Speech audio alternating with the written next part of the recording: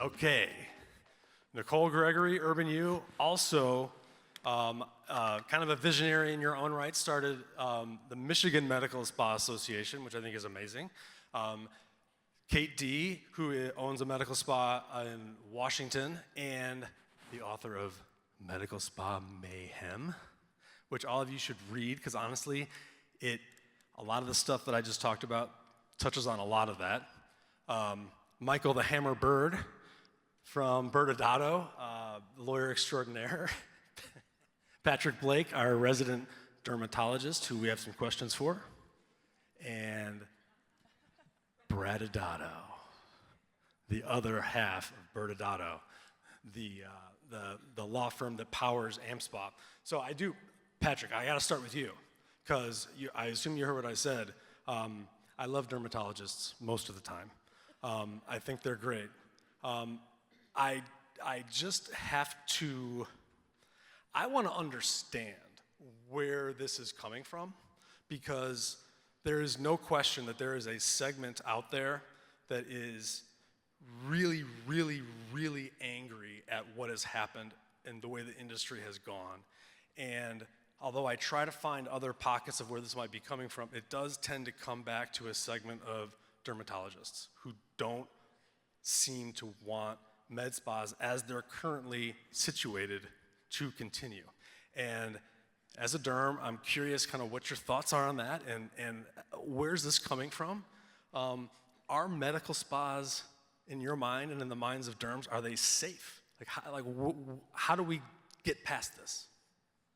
Yeah, I mean, for whatever hate mail or messages folks have had from dermatologists, I can promise you I've had more, a lot more probably. So I don't fully understand it, but I would say there's a few different things I see. One is, as a field, it tends to be a bit insular, and I think in general in life or in work, if you don't expose yourselves to other people, you can kind of get into an echo chamber. So I've seen that happen a lot. And there are kind of, also to your point, there are these stories that get sensationalized, and maybe rightfully so, but so dermatologists, and just again, like anyone else, I think sometimes anchor on that, and they say, oh, because this patient had this bad outcome, because they got this infection or whatever, that means med spas are bad, or that people don't care, they're not thinking about their patients. And I think people who come to meetings like this, for the most part, are wonderful clinicians, and I think what's a little bit weird about it to me is most of the derms who really have big issues are people who don't do aesthetics, like almost at all. And one time I had a conversation that I was getting shredded on a big derm Facebook group, and offered basically consults with and conversations with all these dermatologists who were upset. And yeah, most of the ones I talked to didn't do aesthetics at all themselves. So it's a bit strange, but the thing I've said to them is, like, you have plenty of patients and you're not either doing aesthetics or your wait times are months, so just, enjoy the field. I mean, enjoy what we do. Yeah. Well, and just kind of, Kate, I'd love, because you're also a physician, and you've had some, I wouldn't say criticism, but you've had some pointed observations about the way the industry has gone. You're not a core physician, right? So you're not a derm, a plastic surgeon. But in your book, I think you rightly point out some things that are really, really crazy that have happened. And I'm just curious, and Nicole, also for you, do we think right now medical spas in the United States are safe? Well, I think, the ones that are legally compliant, I think, are very safe. And I think that probably most of the people in this room are part of medical spas that are legally compliant. The problem is that there are so many illegal spas popping up. There's one on every street corner. There are now more med spas than there are Starbucks in this country. And there are weekend courses where non-medical people go get taught how to inject Botox supposedly, and then they think they have a skill that's somehow marketable. And these weekend courses, some of them offer a medical director, we'll set you up with a medical director, And you know, there are people who peddle medical directors. There's somebody who, you know, offered me, like said, Dr. D, would you like to be a medical director in Texas? I can fill your slate. And I'm like, I live in Seattle, okay? And oh, you don't have to, Texas doesn't require you to be in the same state. Well, that's crazy, right? But the problem is that these places, like the place where Jennifer Cleveland died, had a person who had no medical license whatsoever, nothing, who just didn't know what they were doing. And then a medical director who was nowhere near, who wasn't medically directing, right? And there are so many of these places where, you know, there's just bad outcomes. And where do those people go? They go to a dermatologist, and all the dermatologist ever sees are the bad outcomes from these illegal places. And they don't know anything about that place other than it's a quote-unquote med spa. And so it didn't come from my place, you know. So I think that generally the laws that exist actually would be great if they were enforced, but there's zero enforcement. And even when someone's dead, as far as I can tell, there have been no charges from that case or any of the other cases that I've had.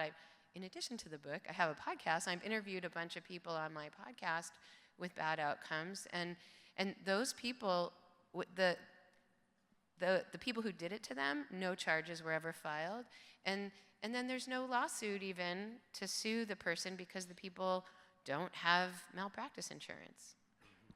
It's true.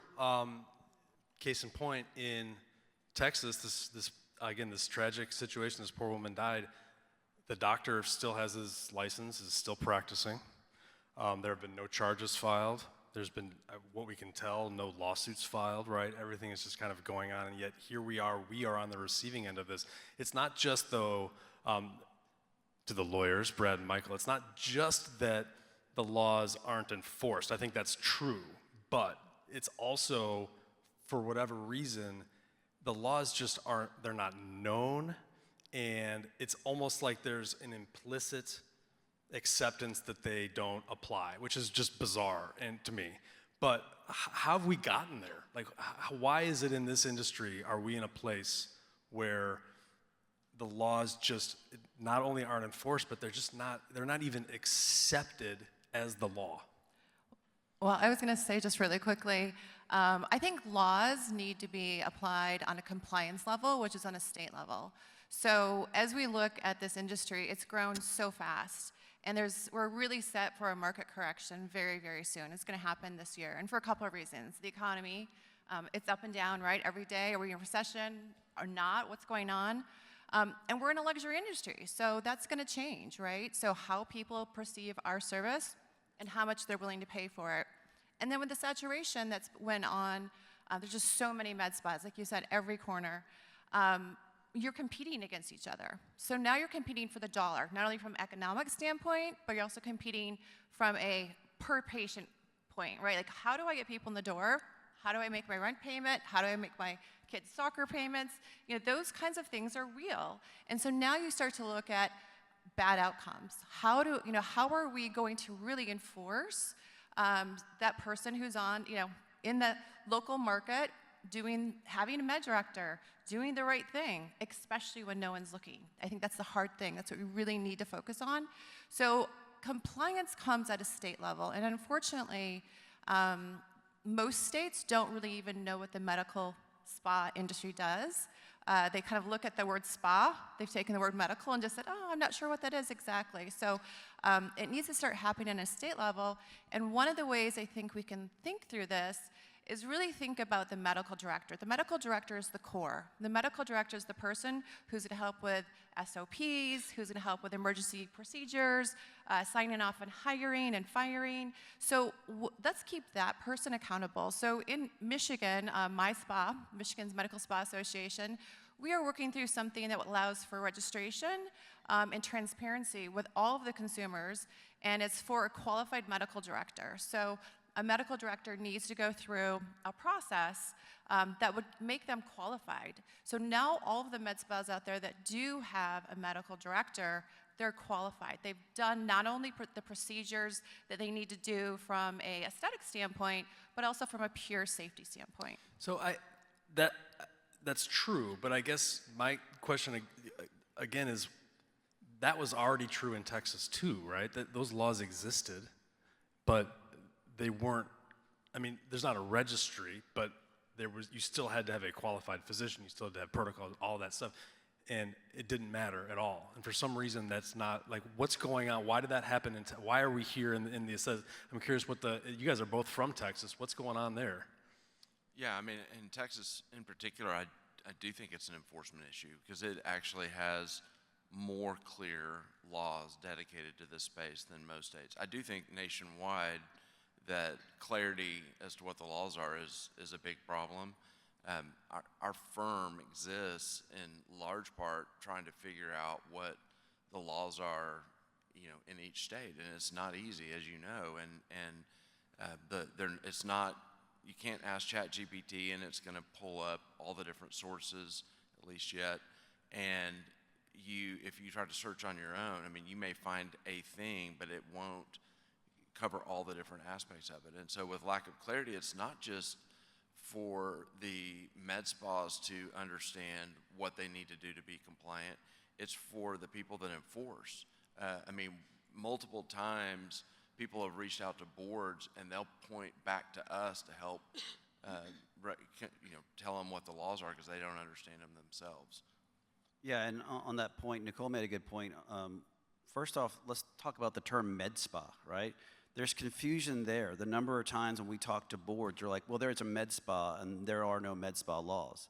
Well, everyone here probably knows you're practicing medicine, so it's not med spa laws. You're looking for medical See, I don't think everybody does know that. Well, everyone in this audience. Well, yeah, even they know then. that. There's some smart people out here. I agree. But the boards is where the problem is because you have medical boards, nursing boards, now pharmacies are getting involved, and they don't like to give opinions. So when you speak to them and you ask for clarity, because every single state's going to be different, they'll say, you got to hire a lawyer. I'm like, well, okay, well, I guess I got to hire myself. But what matters more to us is we can read the statute. Anyone can pick up a statute or read a board opinion or attorney general opinion, because again, it's all over the place, as Michael was saying.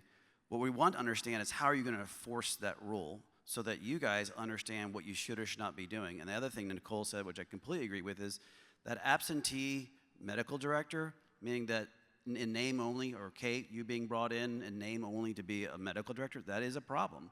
You need those who have those medical directors, there needs to be engagement. So we do get pulled in these medical board investigations, and sometimes they lead to good outcomes, but sometimes they don't, and your reputation is damaged throughout that process. So even if you win, it could be a year from now before you really get a resolution.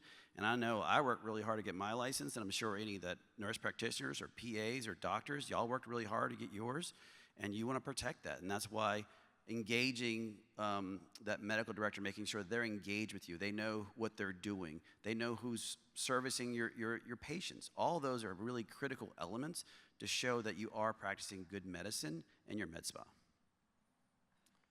So there's so much for us to talk about, but looking kind of forward so the legislation was filed in Texas. There's model bills that are out there talking about kind of how med spas operate and how they should operate. We've got two physicians on the panel and then a med spa owner.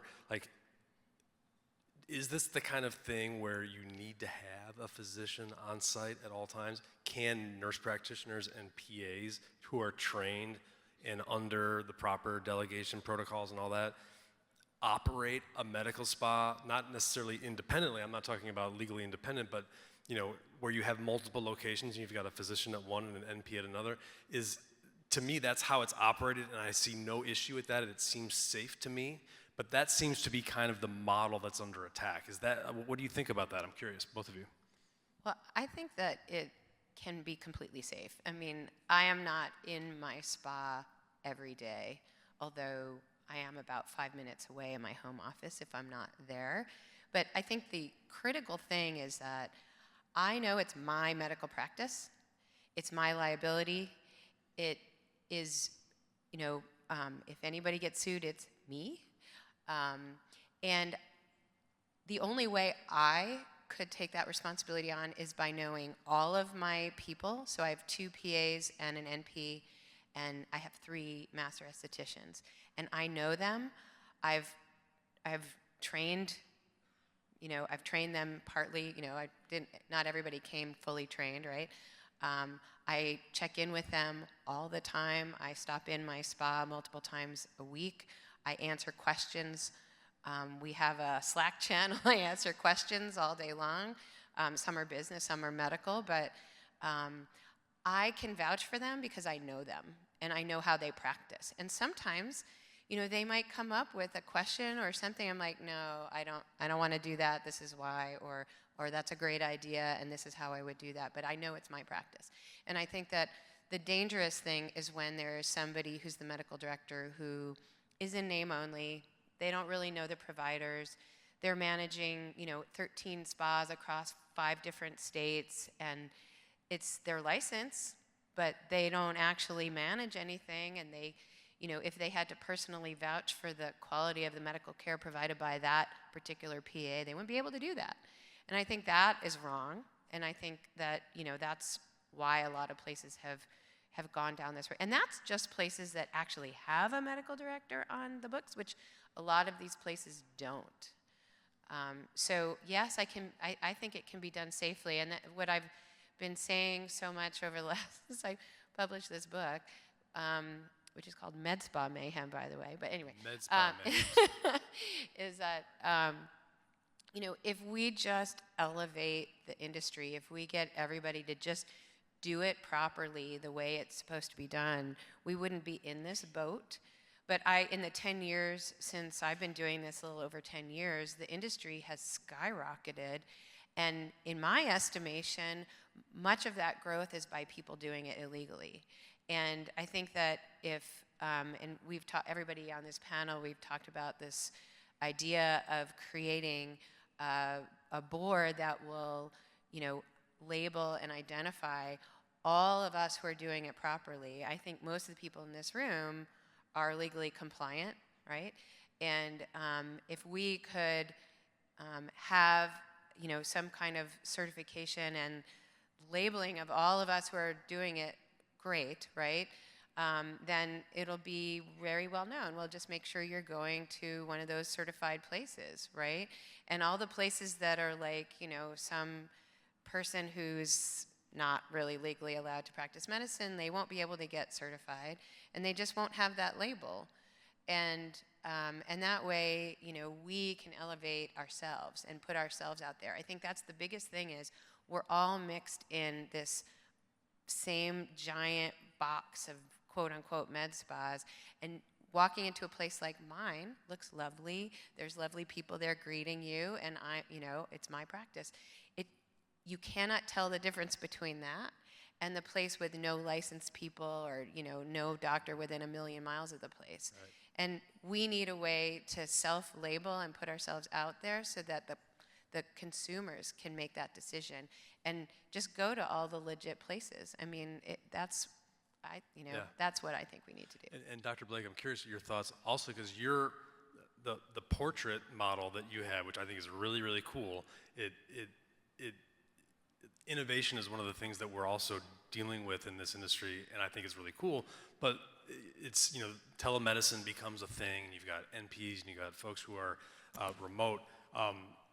Just tack on a little bit to that thought and how that works and how that can be done safely and what needs to happen in order to do that safely. Yeah, for sure. Definitely do not need physicians on site. I think that's just, crazy, frankly. But I still oversee providers myself. I'm collaborating and supervising physician for several providers in California. I think it is a really good opportunity with technology and telemedicine. It depends on details, I think, and people's intentions. So I've seen EHRs that don't have an ability to do, sign off on notes. That's silly. I see medical directors who know nothing about aesthetics all the time. I think that's, silly at best. there's so much access to training. We have such great products. We have such safe devices out there, and yet people buy things from, you know, Alibaba and eBay and whatnot. So we have so many great, I mean, seriously, unfortunately. So we have all these great tools, and I think, like, I do a ton of video meetings with people. I really insist on great photos. I get involved even with people who I don't, you know, even who aren't part of Portrait, honestly. Like, I helped with 2 occlusions in the last 2 weeks, you know, nationally, and they were honestly really easy to manage. Like, it's not even, doesn't even, you know, like, change my blood pressure because the people know what they're doing. I know they have the right amount of Hylenex on site. I know they understand their anatomy. I know they're using good products. I know they're going to do follow-up, and I know they're going to follow up with me. And so I think if you put the effort in and you are methodical in your process, I think it's really easy to do it the right way. So I don't understand why it doesn't always happen, I guess. I heard someone yell out education, which I think is key.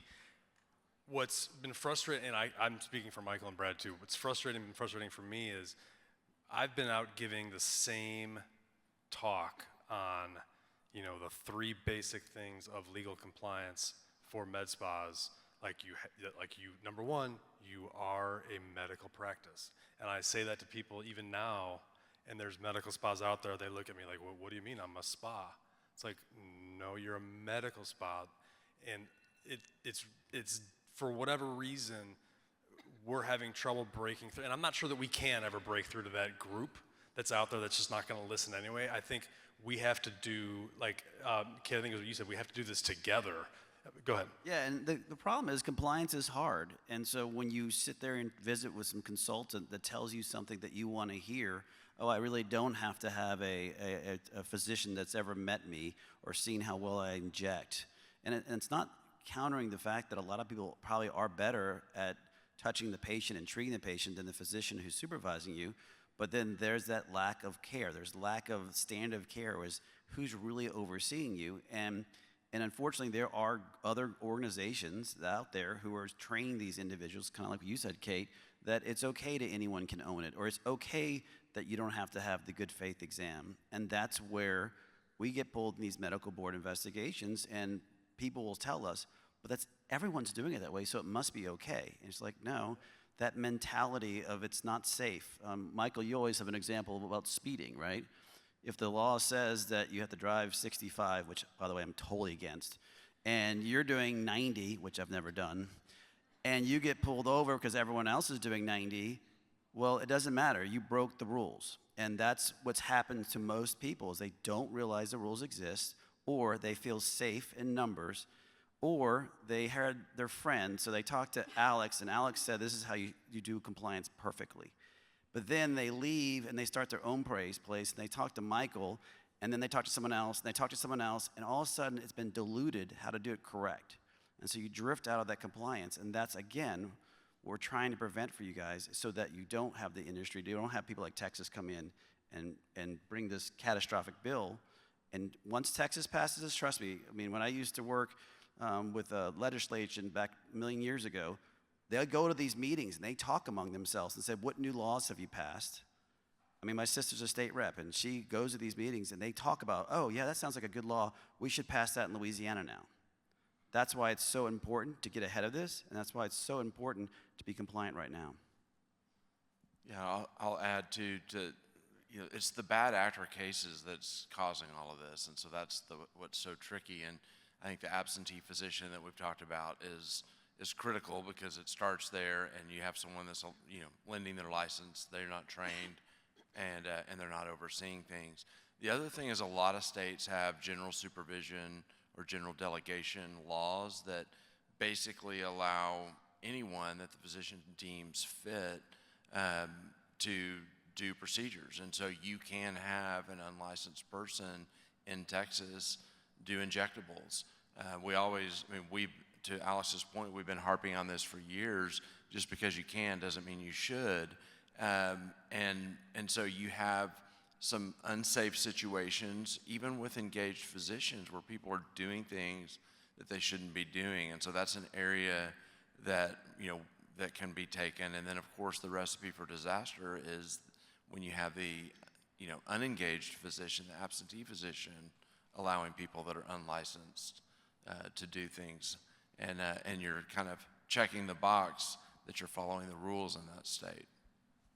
Yeah, and Nicole, you have also, I would love to hear your thoughts on that, but you have an interesting perspective too, because Michigan, which I didn't realize this until I met you a couple years ago, is a very active state as far as legislation. You've been kind of dealing with this, seeing what they're trying to pass, and then also, I think, which is interesting, and I think folks should know, what you have to do to try to educate the legislature, because they do not understand what they're dealing with, right? So when you say medical director, qualified medical director, they don't, you might as well be talking Martian. Right. Well, I think it goes back to your question of, should a doctor do a good faith exam? I don't remember the last time I had an ailment, I said I'm gonna go see my RN, right? Like I'm gonna go see my doctor, and RNs are great, everyone's great. But you say I'm going to go see my doctor because that's what you have faith in. So how do we kind of get around that? I'm going to go back to the medical director. The medical director is the person that we need, and you can't do that if you're doing individual training in multiple different categories. It gets too complicated. Let's keep one person at the core, one person responsible for the growth of this industry and the thoughtful growth of it. So yes, when we're trying to expand this legislatively, it gets really hard. There was a bill that came through 2-3 years ago, Bill 1068, and it wanted to get rid of RNs injecting at all because someone in the district of one of the legislators had a bad outcome and said, hey, you need to do something about this. This was an RN that had, this is the issue. Well, was it really the RN or was it the medical director who didn't take the time to educate, as you said, as an occlusion, how do we fix this? And it never passed, it didn't go through, and there's a lot of work through the education of that. But no, it's a very active state. I think every state has different legislative processes. But it is very important if we're going to grow this industry. I think one of the questions, Alex, you brought up to us, you said, hey, if we could kind of start this industry over, what would it look like? And we can't. We can't start it over, but we can start from where we're at, and we can start thoughtfully of going, hey, I am, just as you said, Kate, responsible. I am responsible for all these patients. I'm responsible for all of these providers that work for me or with me. And so you really have to take accountability to that. And as you said, you're not going 90 and everyone, speed limit 65 just because everyone else is doing it. So I do believe we can raise the industry up if we're working together. But legislators are grabbing onto this. We just had a bill this past year that we had to kind of fight through a little bit where estheticians were going to be allowed to do laser, which again, it's medically assigned, right? So I think the question is how are we going to do this together? Yeah, I think the thing that bothers me sometimes is that these things are happening and we're not able to, because I'm busy fighting what some of the dermatologists are saying, and we're fighting amongst ourselves that we're all on the same side, and what we don't want is these unlicensed people doing things they shouldn't be doing, and that's who we all need to be focused on, and yet we're all distracted by all this other noise that's happening, and it's really, really hard to get a hold of. I also think we can't allow the states, the medical boards, or the enforcement agencies like the Illinois Department of Financial Regulation. Wow, they're amazing. We can't allow those agencies to do the things for us because they will screw it up so bad. So the only way is for us to figure out the rules that we are going to follow as an industry together and set the bar, and then follow them, and then hold each other to that standard. And that means if someone's not following it, you call them out, and eventually that's gonna. I mean, is that the answer? And you, talk about what you're doing, Kate, with the boards. I think that's a cool thing. Yeah. So I, along with many panel members here and people across the country, are coming together and forming a new Medspa board.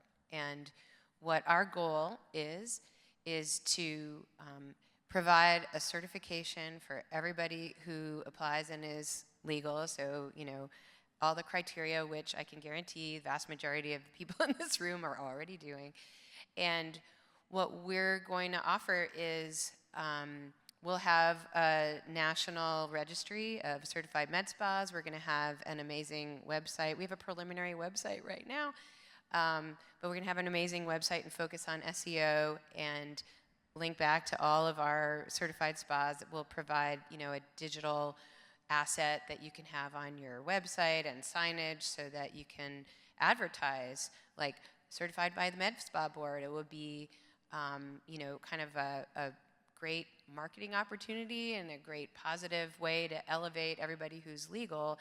And that way people will be able to just ask, well, is it certified? And that way they'll know, oh, okay, well, I'll go to a certified place. Because one of the things that came out of writing this book is that, it's really about the entire industry, okay? And much of what we've been talking about is this turf battle. Because it's not just a turf battle that we've talked about, but even among PAs and NPs and all. Anyway, but so after every chapter, I had this list of questions. Well, what to ask before you go, right? And it's really complicated because even after reading the book, I've had people ask me questions like, well, what about this? What about that? How can I tell? And I realized recently when I was trying to vet somebody who I figured out, took me about 20 minutes, that one of her med spas, she had 2 med spas, this was a nurse practitioner, one in Arizona, one in California, and I figured out that her California one was completely non-compliant, and this is somebody who wanted to be on my podcast. I'm like, well, no, I'm not gonna, help you, you're completely out of compliance, but it took me at least 20 minutes to figure that out, and right, most consumers are not gonna spend that time, and they don't know even to ask that question, right, or all the questions. So the goal is, the Medspa board asks all those questions for you. We provide the certification, and then we can elevate all the people who are really legit and doing a great job, because we do amazing things. And to your point, I mean, it can be confusing nowadays. Like, and one of the things that's also happening in Texas, there's like 18 bills that have been filed in Texas. And one of them, which I agree with, has to do with representation and how you identify yourself, because you can go into a medical spa and everyone's wearing scrubs, and it's very difficult to see who's who, and oftentimes patients come in and they think they're seeing a physician and they're not, and that needs to be cleared up, and there needs to be clear identification. We're going to run out of time here in a second. We could talk about this all day, but I'd love just kind of some kind of closing thoughts about all this. We'll start with you, Mr. Dermatologist.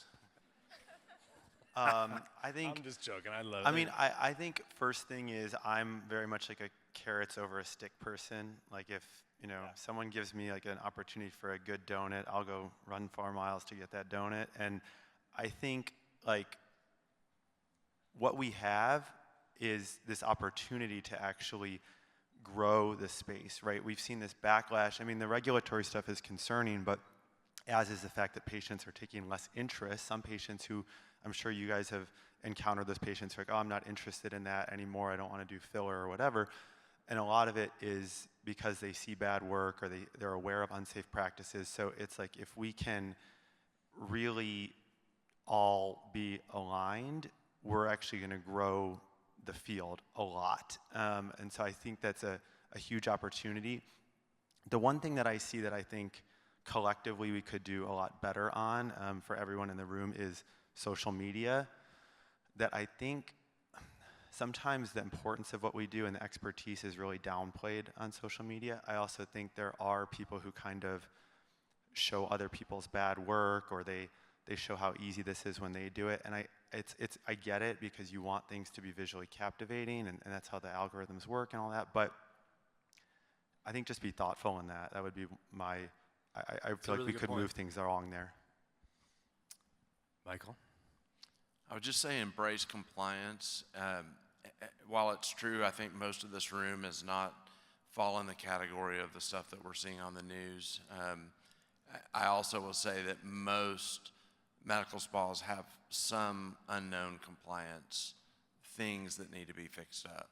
And so for us as an industry, if we're creating a standard that compliance is important, I think the starting point is embracing it. And the empathy side of me knows that you're trying to run a business and trying to treat patients, and it's confusing, and so it's just as easy oftentimes not to lean in and try to figure out, what are our gaps. Yeah, and you're here for a reason. Well, besides partying tonight, but you're here for a reason to be educated from a clinical perspective, from business perspective, and hopefully from a legal perspective, and embrace that aspect of why you're here from the learning perspective. And I think everyone, when you walk out today, ask yourself that question: what am I missing in my med spa that I could improve?